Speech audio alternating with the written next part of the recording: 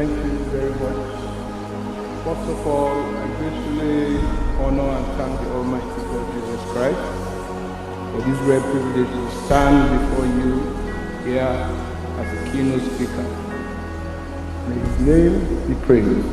Jesus is Lord. Good afternoon. I am Engineer Dr. Wenike-Briggs, an alumni of the College of Engineering, Civil Engineering Department. We're speaking on Foundation to Frontiers, celebrating engineering legacy and innovation. Standing here today inside these great walls of College of Engineering, Igbinio University, named in honor of the respected former head of state, General Abdulsalami Abubakar, I see, I hear, I feel something deeper than pride. I do not just see buildings, I see blueprints of destiny. I hear echoes of speechless nights. I feel silent strength of foundations that shape us all. I feel history moving, I feel legacy breathing. I feel the future waiting for all of us to step forward and claim it. This maiden alumni homecoming is not a ceremony. It's a recognition of purpose, a reunion of mind that once sat in lecture halls, wrestled with equations, failed experiments, late submissions, broke circuits, argued over thermodynamics, borrowed drawing sheets, crashed laboratory equipment, and yet rose to leadership, rose to nation builders, rose into global citizens, rose into confident visionaries. This is what engineering does. It transforms ordinary curiosity into extraordinary impact. Let me ask you honestly, how many of you here have submitted an assignment 10 minutes or less before the lecture deadline? Yes, I can see the guilt and sadness. Engineering does not only teaches you calculation, it teaches you survival. Every great frontier starts with a foundation. Think back to 1991, when private university education began to reshape Nigeria's educational system. When this institution opened its gates, it was more than buildings and classrooms. It was a bold statement that Africa will educate its own innovators. Thinking further back to 1957, when Nigeria witnessed one of its earliest land-scale engineering marvels, the construction of the Kanji Dam. This project did not just generate electricity. It produced confidence. It generated beliefs. Beliefs that engineering can unite regions. Belief that infrastructure will define destiny. Belief that development is not accidental, it is designed. From bridges to highways, from telecommunication towers to offshore platforms in the Niger Delta, engineering has always been the quiet architecture of national transformation. Was often unseen, rarely applauded, but always essential. When we celebrate legacy, we celebrate people. When we celebrate pioneers like Ayobe, who pushed intellectual frontiers in policy and governance, we celebrate innovators like Philip Amegbali, whose supercomputer research in the 1990s influenced global computing architecture. We celebrate Nigerian engineers who built the Third Mainland Bridge in the 1990s, one of Africa's longest bridge, providing African engineers competence and the ability to stand tall at our best. Legacy is not all about nostalgia. Legacy is responsibility. And it takes us to ask one question. What will those who come after us say we built? Nothing in life is worthwhile unless we take it. Nelson Mandela says, There's no passion in playing small and settling for a life that is less than the one that you're capable of living. Permit me to share a little from my own personal life or my path. Like many of you, I began as a young engineering student 18 years ago who lived at low points, full of ambition and uncertainty. I loved engineering, but engineering mathematics frightened me. Structural analysis humbled me, but field work transformed me.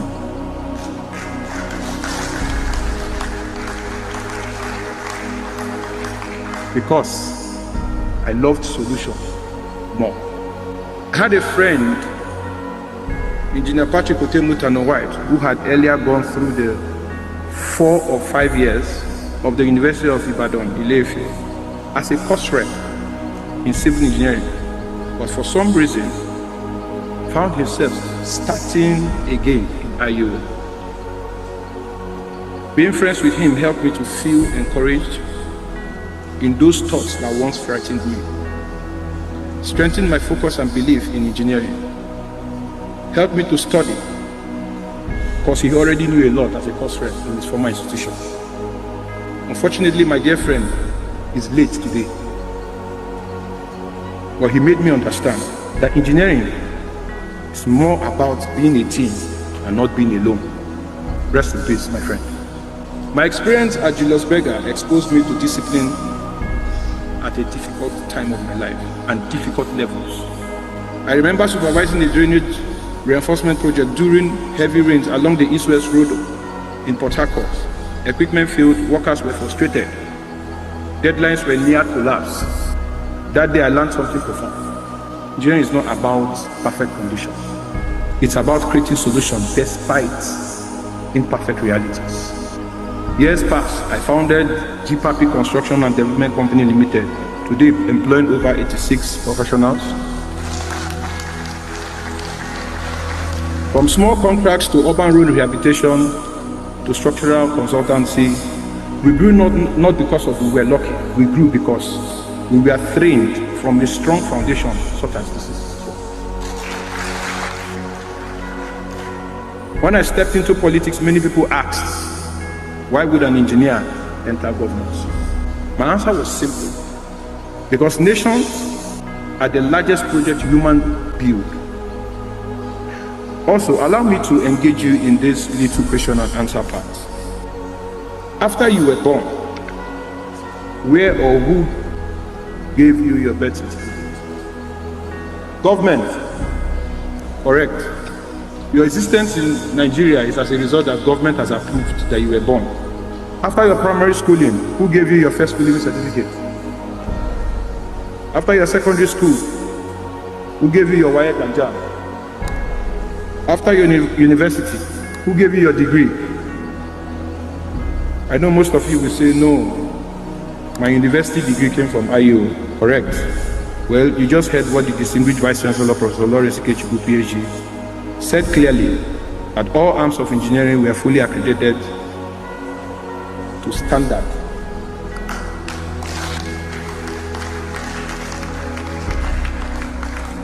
Who do you think accredited those departments?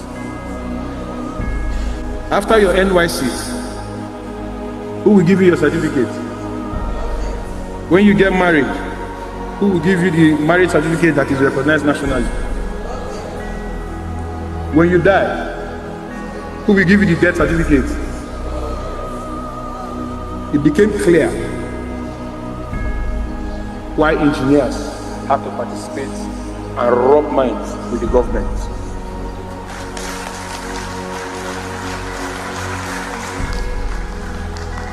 My friends, don't confuse movement with progress.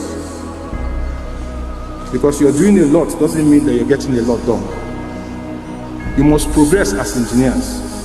And to progress, you must have goals. For without goals, society is not changing. And dreams cannot be achieved. In the general election 2023 governorship race, I ran on a vision I called 6E agenda. Education, employment, entrepreneurship, empowerment, e-security, equity, which relates to health, care, and social welfare. Engineering thinking shaped that vision. Politics later trained me, or trained my heart, to listen emotionally. But engineering trained my mind to think structurally.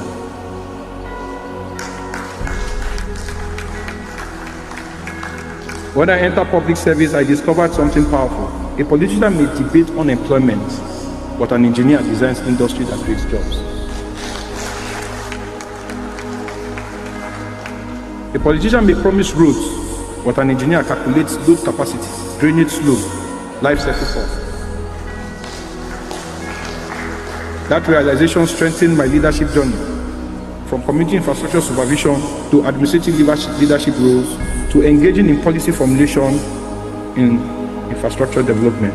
I understood clearly that governance without engineering thinking leads to dreams without implementation. There were difficult years when projects stalled due to financial gap, years when policies faced resistance, years when public expectation felt heavy, like concrete beams. But engineering taught me resilience. If a design fails, you redesign. If a structure weakens, you reinforce. If a vision collapses, you build stronger. Today, whatever position I occupy is not a personal achievement. It's the proof that technical knowledge combined with integrity can shape leadership. Let us look outside. In the 1960s, Singapore faced unemployment, housing shortage, limited land. Today, through engineering-driven urban planning, it operates on the world's most efficient aviation hub at Shanghai Airport.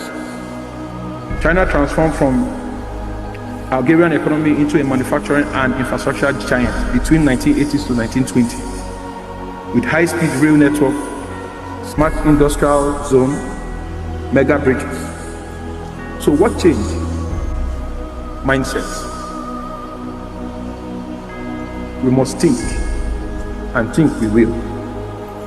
René Descartes is published in 1637 in Latin. Cogito, ego, sum. What it means is I think, therefore I am. Leadership believes the development will be redesigned. Engineers believe limitation will be re-engineered. Now we stand at the edge of a new era, an era where artificial intelligence, renewable energy, smart city, robotics, and climate engineering are redefining what is possible today. In 2023, Nigeria launched new solar mini-grid initiatives across rural communities. In 2004, African startups began developing drone-based mapping for agricultural optimization. These are not small stories though. They are signals that the future will reward engineers who think globally but act locally. So we must innovate in flood resilience, infrastructure for coastal cities, modular housing solutions for urban expansion, grid transmission systems, digital construction technologies like BIM and automation. The frontier is not somewhere else, it's here already. So this alumni homecoming is historic. Alumni are not spectators. We are stakeholders in the destiny of this institution. Alumni must not only reminisce, we must mentor, we must invest, we must collaborate across borders. Imagine an alumni network where a graduate in Canada partners with another in Port Harcourt, in Edo State, or in Lagos to deliver smart engineering solutions. Imagine research funding flowing from alumni-led firms. Imagine internship pipeline that turns graduate into global professional within months. This is how legacy is sustained, and it is a call for high-placed engineers here, alumni, especially the young engineers. As a Pan-Africanist, one of my well-deserved mentors, Professor Flo Lumumba, once told me, leadership is engineering of human hope. You all know Albert Einstein, whose words I hold very dearly. He said, We cannot solve problems with the same mind that created them. In March 6, 1957, a revolutionary leader, Kwame Nkrumah, said during Ghana's Independence Day that the independence of Ghana is meaningless unless it is linked up with the whole African liberation and unity. He said development is free in structural form. In other words, unite Africa frontiers and the world will be amazed with the kind of innovation that it will bring. These ideas shaped my journey from foundation to frontier. It streamlined my focus, selected my association.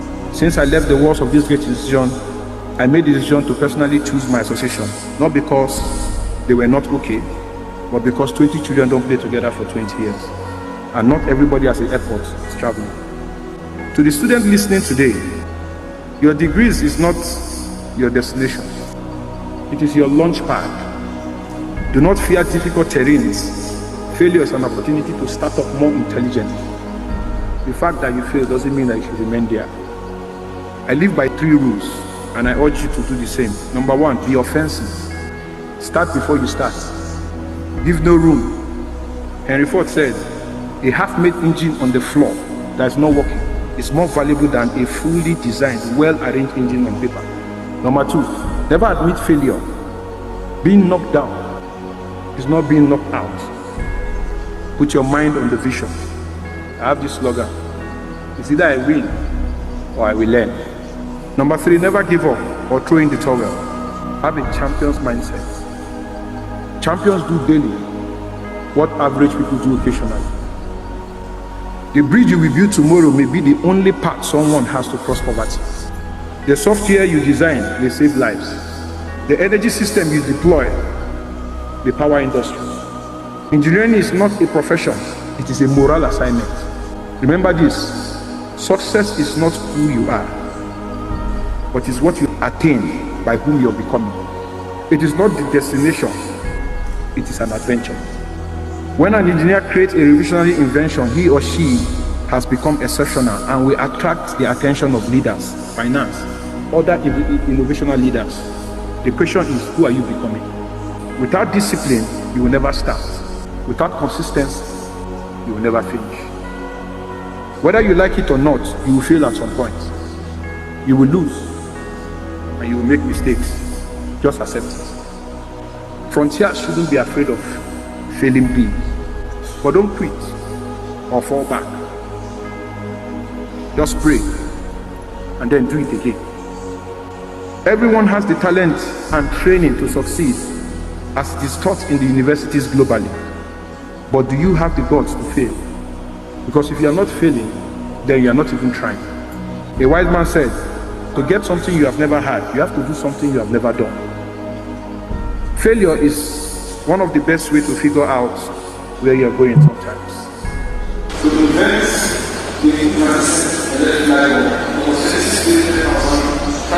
the 10,000 attempts before perfecting it. But when he was asked why he failed so much before getting it right, he said, and I quote, I did not fail. I only tried 9,999 ways on how not to fail on the invention of the light bulb. Let me also give you something more realistic. It was Nigeria's first and largest private airline in the 1957. Domestic aviation with a fleet of Bach 1 to 11 and Boeing 707 aircraft operating extensively until it ceased operation in 1997. Remember the last sentence, it ceased operation. But here's the kicker. Gabriel the Benedion didn't fall back. Rather, he stood up, dusted himself, started the next vision, Benedion University IU.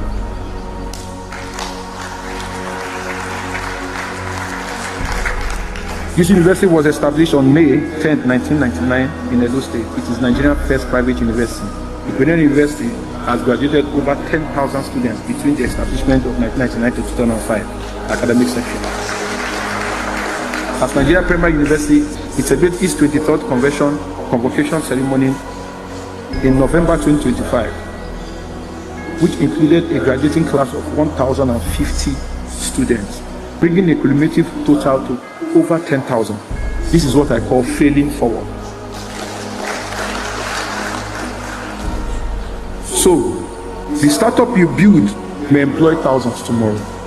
Engineering is not merely technical, it is a morale. A wise man said, if you can't be a bush, then be a tree. If you can't be a road, then be the trading path. If you can't be a moon, then be a star. If you can't be an inventor, be the assistant. If you can't be an engineer, then be the technician. For success is not by size, but by being the best of whatever or whoever you are. In conclusion, let me end with a popular saying: all men were created equal until the few became engineers.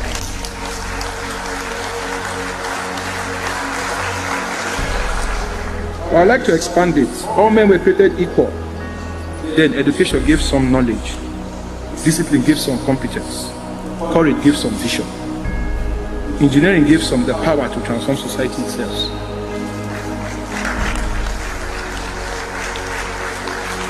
So equity may begin at birth, but impact is designed through effort. As we celebrate today, let us remember this. There's a difference between an intellectual and an intelligent person. An engineering intellectual is one who has acquired vast knowledge through education and is quite brilliant at what he does. But an intelligent engineer is an originator of thoughts, one whose mindset is on problem solving, therefore thinking deep and meditate on innovation. This is where society has changed. We inherited foundation, we must create frontiers. We were taught formulas, but we must design the future. We received opportunity, we must multiply them. Let this gathering not just end in applaud alone. Let it ignite partnership. Let it inspire innovation. Let it renew our commitment to national and global development. Martin Luther King Jr. said in his speech, if you can't fly, then run. If you can't run, walk. If you can't walk, then crawl. But by all means, keep moving.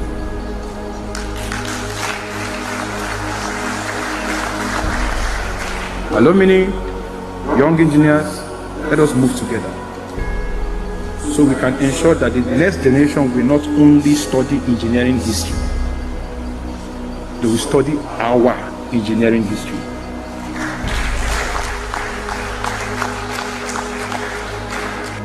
God bless this great institution. God bless the global alumni family, and God bless the Federal Republic of Nigeria.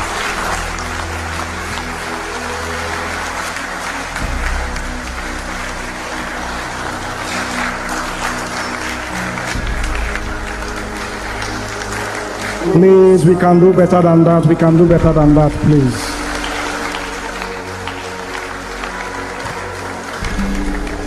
You may be seated. You agree with me that that was a very wonderful and beautiful presentation by our keynote speaker. Please, can we applaud him once again, please? Let us appreciate him once again.